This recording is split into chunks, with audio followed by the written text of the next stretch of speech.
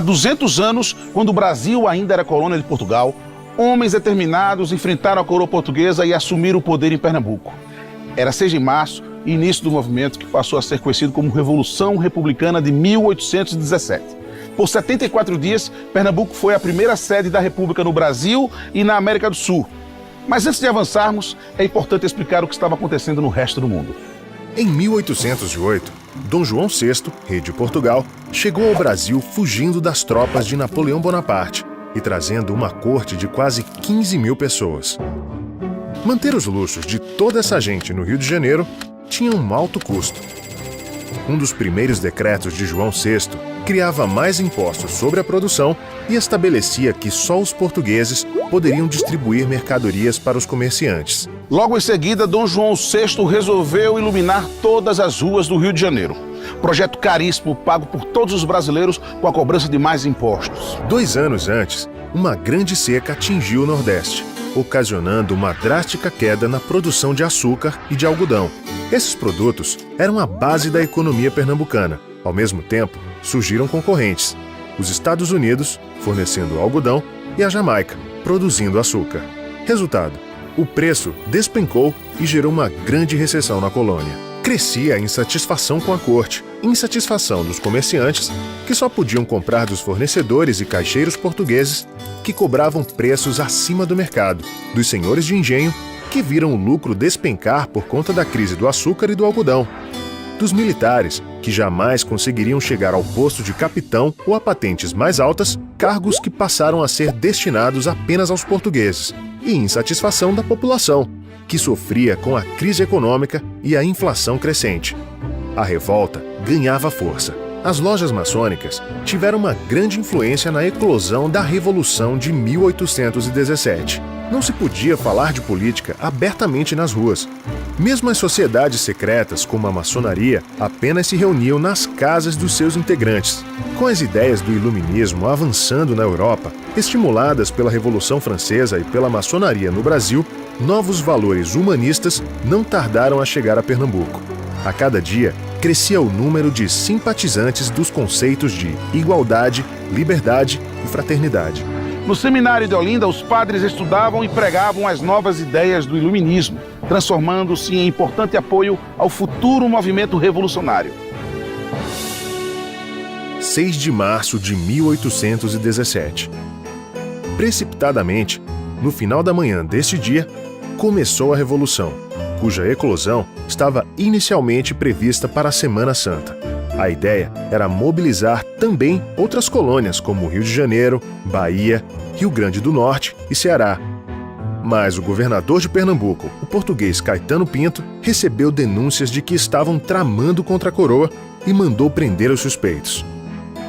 E aparece uma lista na qual figuram, entre outros, o comerciante Domingos José Martins, o padre João Ribeiro, um oficial de artilharia chamado Domingos Teotônio Jorge, um outro oficial do quartel de artilharia, o José de Barros Lima, o Leão Coroado, e todo um conjunto de pessoas que se reunia secretamente, ora em casa de um, ora em casa de outro, ora na casa de Domingos José Martins, às vezes na casa do próprio Cruz Cabugá, e então ele decide mandar prender esses sujeitos. Foram detidos inicialmente o padre João Ribeiro e o médico Vicente Peixoto, o advogado José Luiz Mendonça e o juiz Antônio Carlos, os comerciantes Domingos Martins e Antônio da Cruz Cabugá, todos recolhidos à cadeia pública, localizada no prédio que hoje abriga o Arquivo Público Estadual. O brigadeiro português Manuel Joaquim Barbosa de Castro reuniu a tropa e acusou os capitães pernambucanos de alta traição. José de Barros Lima, também conhecido por Leão Coroado, ao receber voz de prisão, desafiou o comandante português para um duelo, traspassando-lhe o peito com uma espada. Então, quando a espada fere o brigadeiro, é como se diz, houve o ferimento do absolutismo. O brigadeiro era o absolutismo, a espada era exatamente o Estado republicano. Então a república é a espada, embora que a espada seja também a contraface da morte.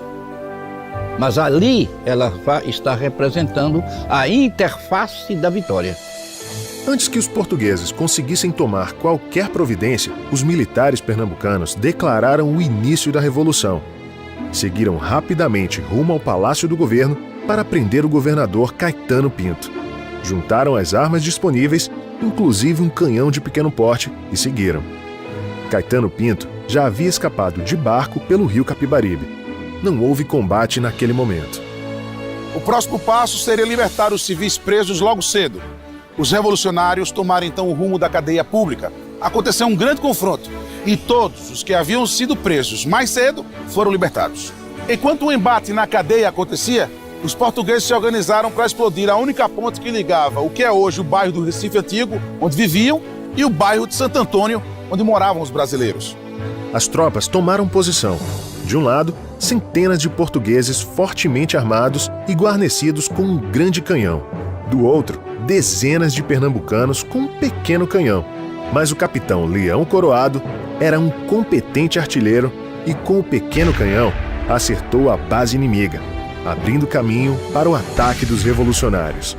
Estava vencida a primeira batalha. Viva a pátria! Abaixo a tirania real! Viva a Revolução!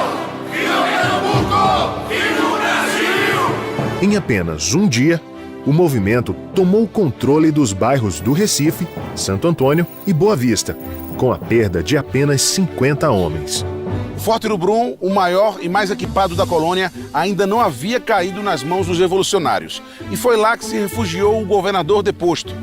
No forte estavam os oficiais portugueses mais experientes e os soldados mais bem treinados. Não seria tarefa fácil conquistar a fortaleza? Os revolucionários decidiram então reforçar suas linhas com as milícias do interior, comandadas pelos senhores de engenho. Quando amanheceu, o Recife estava tomado de soldados vindos do interior. Pernambuco tinha aderido à Revolução.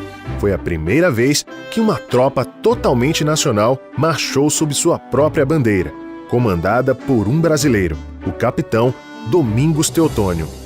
Em vez de tomar o Forte do Brum à força, o que resultaria numa sangrenta batalha, os revolucionários propuseram a seguinte negociação: nada aconteceria com a população portuguesa e o governador deposto Caetano Pinto poderia embarcar livremente para o Rio de Janeiro. Como não tinha tropas suficientes para resistir, ao governador não restou outra alternativa a não ser aceitar os termos e embarcar num navio no porto do Recife. Nesse momento, a cidade inteira começa a receber a notícia do que está acontecendo, não pela mídia eletrônica como ocorreria hoje, mas sim pelos sinos das igrejas. Os sinos das igrejas começam a tocar rebate, que era um toque de alerta, um toque de emergência. E aí as pessoas começam a saber que alguma coisa está acontecendo e os gritos da multidão falam que está em curso uma revolução contra o governo. O que passou então a se ver nas ruas do Recife foi uma festa, principalmente dos negros e dos pobres. Centenas de maracatus começaram a desfilar, manifestação cultural africana que era proibida na administração portuguesa. O colegiado de governo foi formado pelo padre João Ribeiro Monteiro, representante dos religiosos, pelo capitão Domingos Teotônio, representando os militares, pelo senhor de engenho Manuel Corrêa de Araújo, representante dos agricultores, por José Luiz Mendonça, advogado que representava a classe jurídica, e por Domingos José Martins, representando os comerciantes. Para ocupar a secretaria do governo, foi convocado o padre Miguelinho, e para cuidar das finanças, o comerciante Antônio da Cruz Cabugá. Constituído o governo, se organizam, que o organizar é que dá inclusive o nome à lei orgânica.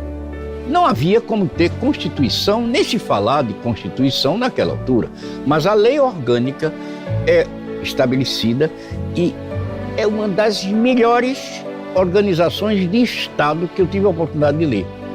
Já estudada, discutida, debatida e se mostrando que ela seria até um exemplo para o Brasil de hoje. De imediato, o colégio baixou impostos, reduziu a quantidade de funcionários públicos, acabou com o monopólio comercial português, reduziu preços, especialmente dos produtos consumidos pelos mais pobres, e combateu a corrupção. Porém, a medida mais importante foi decretar que todos seriam iguais na sociedade. à exceção dos negros escravos, pois não houve consenso quanto à libertação deles.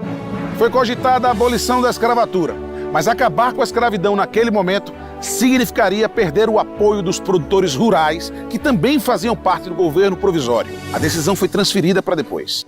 Salvador, Bahia.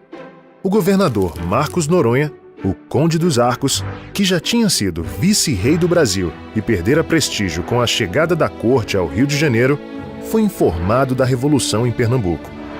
Considerou que, se combatesse os revolucionários, voltaria a ter prestígio junto a Dom João VI.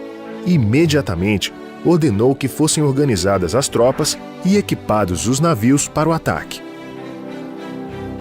No Recife, Cruz Cabugá foi enviado aos Estados Unidos, que já eram uma democracia, para negociar com os maçons americanos. Na mala, levava $800 mil, o equivalente hoje a 12 milhões de dólares. A ideia era comprar armas e contratar oficiais bem treinados, além de angariar o apoio norte-americano. Só com equipamentos modernos e soldados preparados seria possível resistir ao cerco da esquadra portuguesa, que não tardaria a bloquear o porto do Recife. Uma das ações do governo provisório foi tentar o reconhecimento, externo dessa nova nação. Isso é um procedimento corriqueiro quando um país se independentiza, ser reconhecido internacionalmente. E o aliado em potencial para isso, o alvo potencial para essa tentativa de uma política externa, vamos dizer assim, era a República dos Estados Unidos, porque ela era o grande modelo político que influencia diretamente no movimento de 1817. Então é para lá que vai o primeiro representante, como embaixador da República de Pernambuco, o Antônio Gonçalves da Cruz, o Cabugá. Rio de Janeiro, Paço Real. Dom João VI é informado da Revolução e convoca seus generais, os comerciantes mais ricos e as ordens religiosas. O imperador sabia que se o movimento se espalhasse por outras províncias, perderia o controle do Brasil. Era como se falava: de Pernambuco emana o maligno vapor da democracia. Por isso mesmo, o imperador cuidou de reunir as mais poderosas forças para abafar o movimento.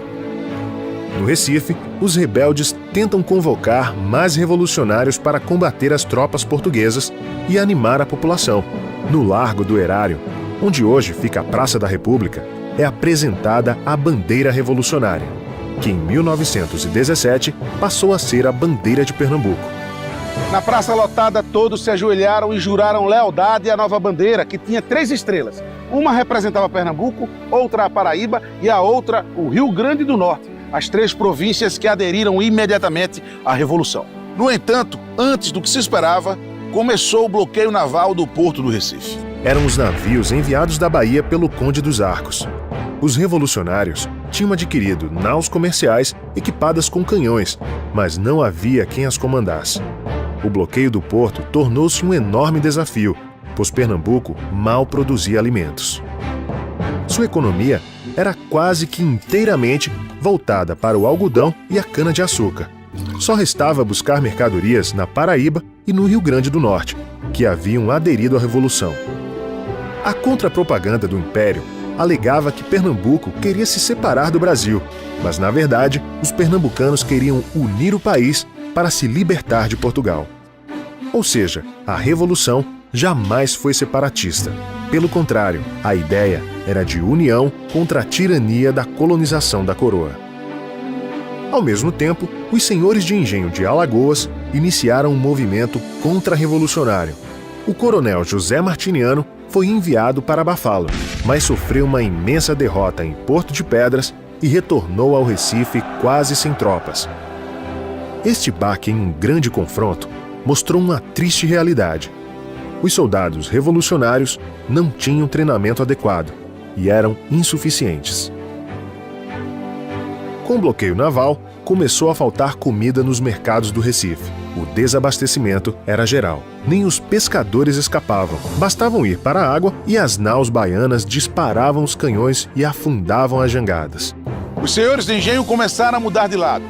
O Rio Grande do Norte também voltou a ser monarquista e vários distritos da Paraíba estavam se rebelando contra o movimento. Tornava-se cada vez mais difícil conseguir alimentos para abastecer Pernambuco. A falta de comida, a desarticulação militar. É importante a gente destacar que o governo provisório não conseguiu, né, articular militarmente muito bem a defesa.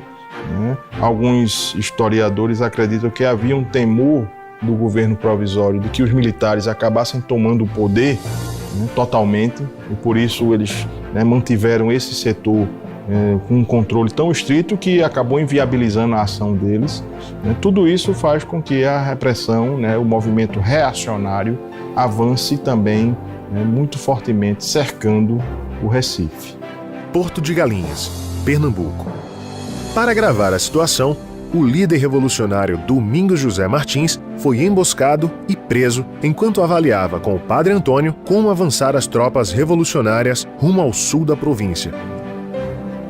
Embarcaram num bote o ex-secretário do governador Caetano Pinto, José Mayrink, e o comerciante inglês Henry Coster.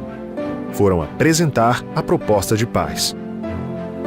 Mas o vice-almirante Rodrigo Lobo, que estava à frente do bloqueio naval, recusou veementemente as tratativas e ainda disse que só desbloquearia o porto do Recife quando visse os pernambucanos ajoelhados perante Dom João VI. Num último ato de resistência, o general Domingos Teotônio formou uma coluna com as tropas restantes e seguiu para Goiânia e Igaraçu, a fim de arregimentar mais apoios. No entanto, reunido com Pedro Veloso, Vigário Tenório, Leão Coroado, Frei Caneca e Padre Miguelinho, chegaram à conclusão que não havia mais possibilidade de vitória. Não existiam mais condições políticas nem militares de prosseguir. Desfez-se ali o Exército da Revolução. Forte das 5 Pontas, Recife, 8.000 homens provenientes da Bahia já cercavam Pernambuco. As tropas reais tomaram o forte e libertaram os oficiais portugueses que estavam lá presos. O caminho ficou livre para, no dia 21 de maio, o exército do general Cogominho das forças portuguesas chegar ao Recife e tomar a cidade. Só então, o vice-almirante Lobo desembarcou e assumiu o governo em nome da coroa. Seu primeiro decreto: quem entregasse os que eram denominados de traidores receberia 400 réis de premiação. Se fosse escravo, a denúncia representaria liberdade imediata. Um a um, vão caindo os revolucionários. Ao final, a repressão implacável contra os revolucionários resultou em mais de 1.600 mortos e feridos e cerca de 800 degredados. Outros milhares foram vítimas de sucessivas devassas. Como represália, Pernambuco perdeu parte de seu território ao sul, onde se formou uma nova colônia, a de Alagoas. Presente da coroa para os senhores de engenho e aristocratas que permaneceram fiéis a Portugal durante a Revolução de 1817. Mataram todos os líderes, mas as ideias não se matam. Nós podemos ver que em qualquer estado de força, você destrói os líderes. São os primeiros os homens cultos a caírem, a serem presos, a serem destruídos em suas ideologias, mas elas não morrem. Elas sobrevivem, elas convivem porque elas fazem parte da própria unidade que é o ser humano, ser livre. Por 74 dias, Pernambuco tornou-se a primeira república do Brasil. Em 1817, os pernambucanos conseguiram instituir o primeiro governo independente durante a colonização portuguesa. Eles elegeram um colégio governamental que passou a administrar sob um ordenamento pré-constitucional. Asseguraram liberdade de imprensa e de culto. Buscaram fazer justiça social. Se hoje esses direitos parecem naturais, não devemos esquecer que naquela época só poderiam ser conquistados com muita luta, coragem e determinação de servir ao povo. Passados 200 anos, o maior legado que nos deixa a Revolução Republicana de 1817 é o compromisso da luta permanente pela unidade de Pernambuco e do Brasil. Compromisso que forjou o nosso passado, é base do nosso presente e baliza o nosso futuro.